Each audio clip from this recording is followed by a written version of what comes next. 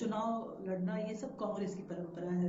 Bharatiya Janata party ने हमेशा विकास के मुद्दों पर चुनाव लड़ा है और आज माननीय प्रधानमंत्री मोदी जी की वजह से आपने देखा है भारत किस स्थिति पर आया है। जब कांग्रेस की सरकार थी तब भारत की क्या स्थिति थी। तो कहीं ना कहीं विकास भी एक बहुत बड़ी वजह है जिसकी वजह से कांग्रेस पार्टी को के जो नेता है उन्हें ये लगता है कि शायद भारतीय जनता पार्टी में वो जाएंगे तो वो देश के विकास की जो धारा है उसका हिस्सा बनेंगे। देखिए अपने राष्ट्र से चाहे कोई भी किसी भी दल का जब तक उसको अपने कोई स्वार्थ सिद्धि के कारण ना हो उसके पास, उसके अलावा अपने राष्ट्र से सबको प्रेम होता है। आप भी मानते हैं धर्म से सबको प्रेम होता है, अपनी जाति से भी सबको प्रेम होता है। और अगर अपने राष्ट्र से प्रेम कोई कर रहा है और अगर देख रहा है कि कोई दल राष्ट्र का निर्माण कर रहा है, वो उसका अगर दामन थाम रहा है तो इसमें क्या गलत है?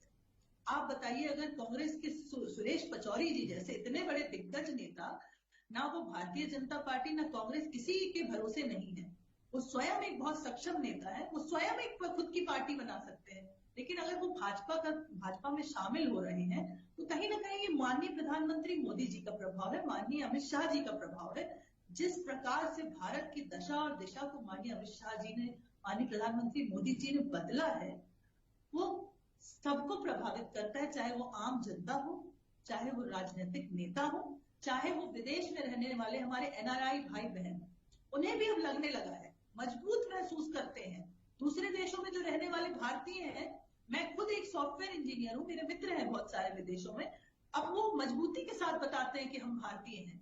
और इसके पीछे सिर्फ और सिर्फ हमारे माननीय प्रधानमंत्री मोदी जी के जो प्रयोजन है, जिस प्रकार से वो विश्व में जाकर भारत का नाम रोशन कर रहे हैं। आपको याद होगी वो घटना कि एक समय था जब दुबई में हमारे जो शंकराचार्य जी हैं उनको चरण नहीं रखने दिए थे क्योंकि उन्होंने हिंदू सिंबल धारण किए हुए थे, त्रिपुट लगाया हुआ था, भगवा पहना हुआ था।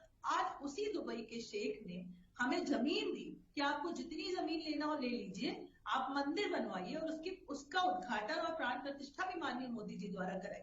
तो ये सब चीजें प्रभावित करती हैं, राष्ट्र से प्रेम करने वाले हर व्यक्ति को प्रभावित करती है, एक छोटे से बच्चे को भी प्रभावित करती है कि विदेश में हमारे भगवान का मंदिर बन रहा है।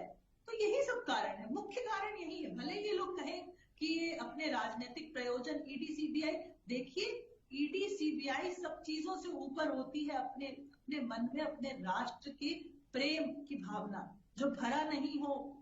आप मुझसे ज्यादा ज्ञानी है, कवि दिनकर की जो कविता है जी। जो भरा नहीं हो भावों से बहती, जिसमें रसधार नहीं, वो हृदय नहीं, वो पत्थर है जिसको स्वदेश से प्यार नहीं। तो जो अपने देश से प्यार नहीं करता, जो अपने देश के साथ गद्दारी करता है, तो मुझे नहीं लगता कि उसको उस राष्ट्र में रहने का कोई हक है और उसको उस राष्ट्र में राजनीति करने का कोई हक है। सिर्फ अगर हम अपनी भलाई अपने लिए सोच कर अगर काम करेंगे तो नेता का तो मतलब ही होता है सामाजिक कार्यकर्ता, समाज के कल्याण में काम करने वाला।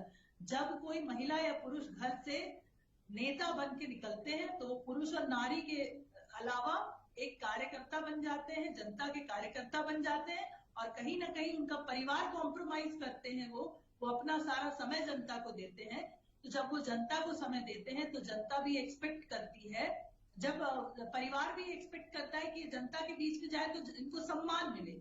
सुरेश पचौरी जी जैसे बड़े नेताओं को कांग्रेस पार्टी सम्मान नहीं दे पा रही है। दिग्विजय सिंह जी अभद्र टिप्पणियां कर रहे हैं, कमलनाथ जी जैसे इतने बड़े दिग्गज को इन लोगों ने साइड लाइन कर दिया। आप बताइए, जिसे